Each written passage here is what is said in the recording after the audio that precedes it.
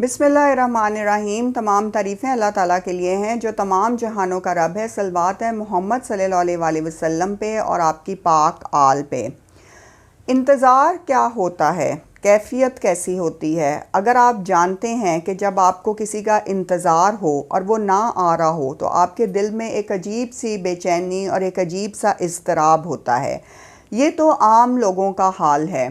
और अगर व्यूअर्स हमें इंतज़ार हो इमाम ज़माना इमाम मेहदी अलैहिस्सलाम की आमद का, तो फिर हमारी कैफ़ियत क्या होनी चाहिए? ये तो एक इस तरह की बेचैनी है कि हमें अपने हमारे उस इमाम का इंतज़ार है कि जिसका हम कितने सदियों से इंतज़ार कर रहे हैं। और ये वो इंतज़ार है कि जो हर मोमिन के दिल में है, और हर मोमिन ये दुआ करता है कि वो इमाम मेहदी अलैहिस्सलाम का उस दौर को देख के जाए जिस दौर का उन्होंने आके मनसब पे आना है और उनका ज़हूर होना है और इंसाफ उन्होंने कायम करना है। और अगर हम देखें कि आज के ज़माने में क्या हम लोग तैयार हैं कि इमाम मेहदी अलैहिस्सलाम का ज़हूर हो, जो आज नफसा नफसी का दौर जारी है, जिस तरह से ज़माना तेज़ी के साथ अपने आखिरत की तरफ जाता जा रहा है। लोगों की सडन डेथ होने लग गई हैं, लोगों के मामलात ख़राब चल रहे हैं, मुआशी बेरोज़गारी की वजह से लोगों ने ख़ुदकुशियाँ शुरू कर दी हैं। तो हमें ये सोचना चाहिए कि क्या हम अपने जिस रास्ते पे चल रहे हैं वो रास्ता ऐसा है कि जिस पे इमाम मेहदी अलैहिस्सलाम के सामने हम अपना सर उठा के पेश और उनके सामने हाज़िर हो सकते हैं? क्या हमारे अमाल ऐसे हैं कि जिन्हें देख के हमारे इमाम ज़माना जो हैं इमाम मेहदी अलैहिस्सलाम खुश होंगे, या वो हमारे अमाल की वजह से तकलीफ़ में होंगे? इस दौर में, जिस दौर के में आज हम और आप ज़िंदगी गुजार रहे हैं, ये बहुत नाजुक दौर है। अगर हम कहें कि इसे पुल सिरात पे चलने के मुतरादिफ़ है तो मेरे ख़्याल में ये कुछ गलत नहीं होगा। ये वो दौर है जिसमें अच्छाई और बुराई का इम्तियाज़ ख़त्म हो चुका है। ये वो दौर है कि जिसमें अच्छे और बुरे की तमीज़ ख़त्म हो चुकी है, हलाल और हराम की तमीज़ ख़त्म हो चुकी है। ये वो दौर है कि जिसमें क़राबतदारों रिश्तेदारों से लोग मिलना तक पसंद नहीं कर रहे। ये वो दौर है कि जिसमें नफसानी ख्वाहिशात के जाल में फंस के लोग मुख्तलिफ से मुख्तलिफ गुनाह कबीरा करते जा रहे हैं। और गुनाह सगीरा, झूठ, ग़ीबत, बहतान बाजी, इसमें हर वक्त दिन रात जो है महवे गुफ्तगू रहते हैं और इसी तरह के अमाल समेटते जा रहे हैं। इसके अलावा कत्लो गारत गरी बढ़ गई है, ख़ुदकुशियाँ बढ़ गई हैं। हम एक ऐसे दौर में आ चुके हैं जहाँ पे भलाई सुनने में नहीं आती व्यूअर्स, और बुराई इतनी है कि आपके हाथ में, आपके मोबाइल में भी मौजूद है, आपके इंटरनेट में भी मौजूद है, और बाहर भी पूरी दुनिया में जो है वो बुराई के बहुत सारे जो है जगह मौजूद हैं। तो ऐसे दौर में क्या हमें बतौर मोमिनीन ये चीज़ अपने अमाल में, अपने शऊर में रखनी चाहिए कि हमारा हर अमल ऐसा हो कि अगर इमाम के सामने हर जुमे को पेश हो तो पूरे हफ्ते में कुछ अमाल हमने ज़रूर ऐसे किए हों कि जिनकी वजह से इमाम के चेहरे पे मुस्कुराहट आए और वह समझें कि हाँ, ये मेरा मानने वाला वही कर रहा है जिसकी हम सब ने आज तक प्रीचिंग की और तबलीग की, और ये मेरा वाकई दिल से मुंतज़िर है। ये होता है सही इंतज़ार, और ये वो इंतज़ार है जो इमाम मेहदी अलैहिस्सलाम के लिए हमारे दिलों में होना चाहिए।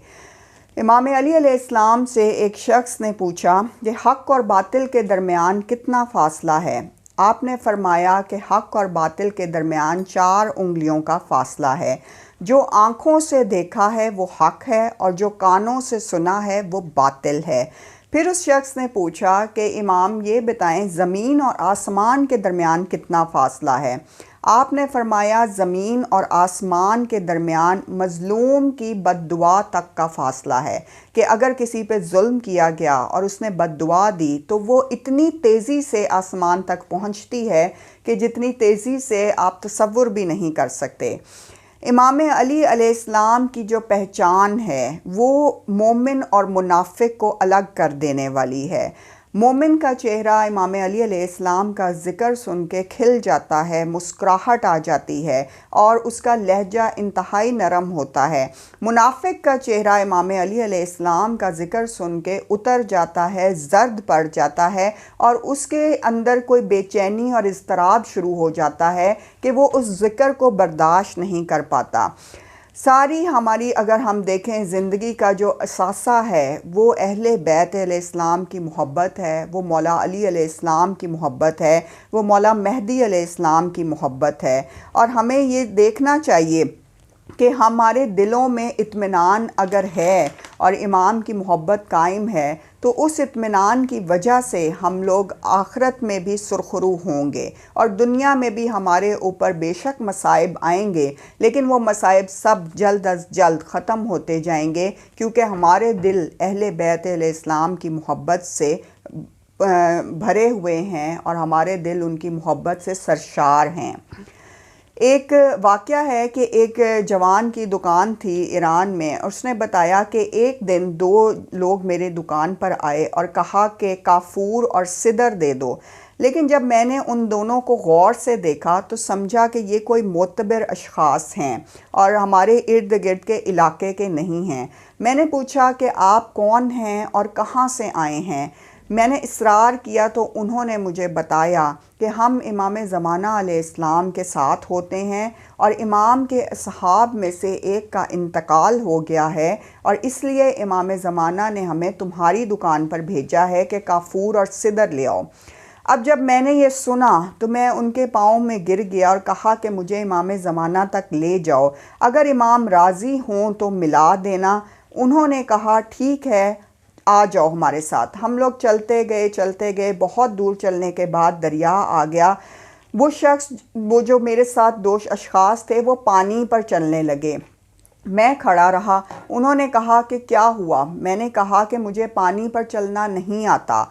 उन्होंने कहा कि तुम बिस्मिल्लाहिर्रहमानिर्रहीम पढ़ो और ख़ुदा को आखिरी हुज्जत का वास्ता दो और फिर देखो कि तुम इस पानी पे चलोगे। मैंने यही किया और उसके बाद मैं पानी पर चलने लगा। सुभान अल्लाह।